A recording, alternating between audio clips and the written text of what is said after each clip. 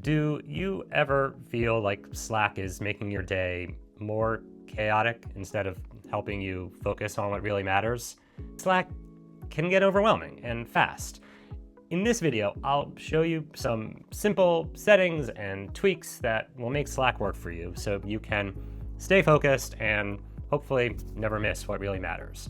Oh, and at the end, I'll reveal a hidden Slack setting that almost nobody uses, guaranteeing, or mostly guaranteeing, you never miss another notification. Let's dive in. 1, set your enter key to add a new line when composing a message. This will prevent the frustrating default behavior where Slack will send your message when what you meant to do was to start a new paragraph. To find this setting, click into your profile picture on the bottom left of your Slack window and select Preferences. Then click Advanced at the bottom of the left menu. Finally, select Start a New Line under When writing a message, press Enter 2. Now you should be all set to use that Enter key or the Return key on Macs as you're probably used to when you're composing text. Next, show unreads in your sidebar. For me, personally, this is the calmest way to triage new messages that aren't yet threads because it won't mark anything as read until you explicitly mark a message as read. Once again, click on your profile photo and select Preferences. Then click Home in the sidebar and check Unreads under Always Show in Sidebar. This will give you a unified screen to view all new channel messages that aren't yet threads.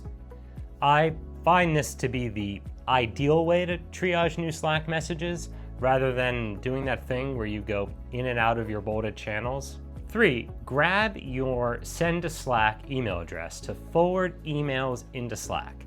This is really useful for bringing an email into Slack that you want to discuss with your team. But first, you may have noticed that we keep hitting our profile picture to access preferences, but you can also use a keyboard shortcut for that. It's Command plus comma, and that will also bring up your preferences window. So let's try that now. Hit Command comma to launch preferences. Then select Messages and Media in the sidebar. Scroll down to the bottom where you'll see Bring Emails into Slack and click Copy to save this email address to your clipboard. And here's a tip. I save this email in my contacts as Send to Slack so I can pull it up in my email app simply by starting a new email address to send to Slack. 4, only show unread channels in your Home tab. This will keep your sidebar tidy and free of clutter. Again, hit Command, comma to view your preferences, select Home, and then select Unreads Only under Show. Okay, now the big reveal. If you're constantly missing notifications in Slack, what's likely happening is that you're probably not getting notified for replies to threads that you haven't responded to. You see, Slack's default behavior is to send you an initial notification when a new message is sent to a channel, but not to send you replies to that message unless you also respond to that message first. This is not at all obvious, and I've seen folks who are new to Slack complain about missing messages for months until they realize this, if they ever do. And sometimes you're not ready to reply to a thread, or you're waiting to see how others will chime in first, but you still want to be notified as those replies come in. But because you didn't reply to the initial message, Slack will just assume you don't want to be notified when others do reply. I think that's crazy, but more on that later.